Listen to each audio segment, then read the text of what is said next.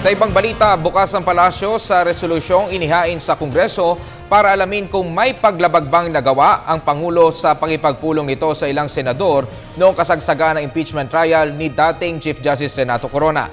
Kasunod nito, nanindigan ng palasyo na hindi inimpluwensyahan ng Pangulo ang ilang senador para mapatalsik ang dating punong maestrado.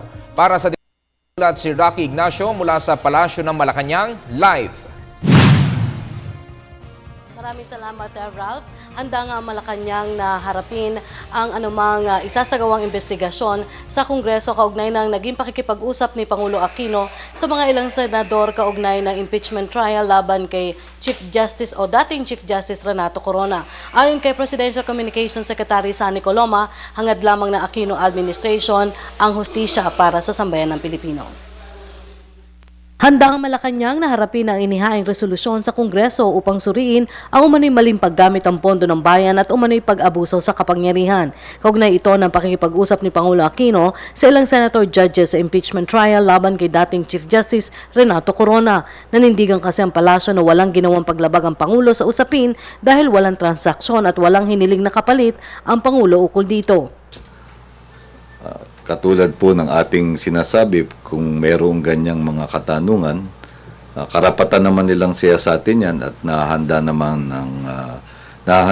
ng ehekutibo na sagutin ang kanilang mga katanungan. Wala rin nakitang paglabag ang palasyo sa naging partisipasyon ni DILG Secretary Mar Rojas. Sa aking palagay, bahagi din naman ang kanyang tungkulin na magkaroon ng pagkakataon na talakayin ang mga isyong ito kapag ang kanyang kaharap ay mga katulad ni Senador Estrada. Wala naman akong nakikitang tinalakay doon na labag sa batas, no, o labag sa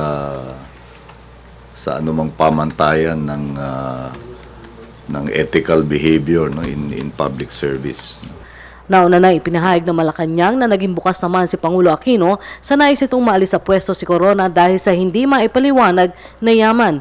Iginit pa ng palasyo na ang tanging hangad ng Aquino administration ay makuha ang katarungan para sa taong bayan. Sinabi ito ng kalihim sa pahayag na rin ni dating First Lady at Ilocos Representative Imelda Marcos na hindi umano makataong naging pagtrato ng administrasyon laban kay dating Pangulo at Pampanga Representative Gloria Arroyo nang ito'y dumalaw sa VMMC kung saan nakadetain si Arroyo dahil sa kasong plunder. Ang Pangulong Aquino po ay walang masamang hangarin laban kay dating Pangulong Arroyo. President Aquino holds no ill will towards former President Arroyo. Ang kanya pong hospital confinement at the Veterans Memorial Medical Center is by order of the court in recognition of her medical condition. Bukod kay Marcos, nauna nang dumalaw sina dating Pangulong Fidel Ramos, Joseph Estrada at Archbishop Oscar Cruz. Yan ang perception sa mga political analysts. Parang nagkakaisa na tong group na to na parang may grudge si Pinoy sa bawat isa. Hayaan na lang natin yung expression, no, ng kanilang mga opinion hinggil sa bagay na yan.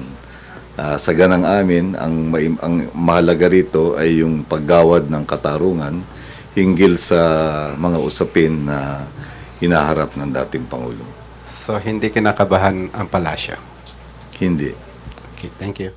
At yan po ang ating pag-uulat mula dito sa Palasyo ng Malacanang. Ako po si Rocky Ignacio sa tulong ng RTVM.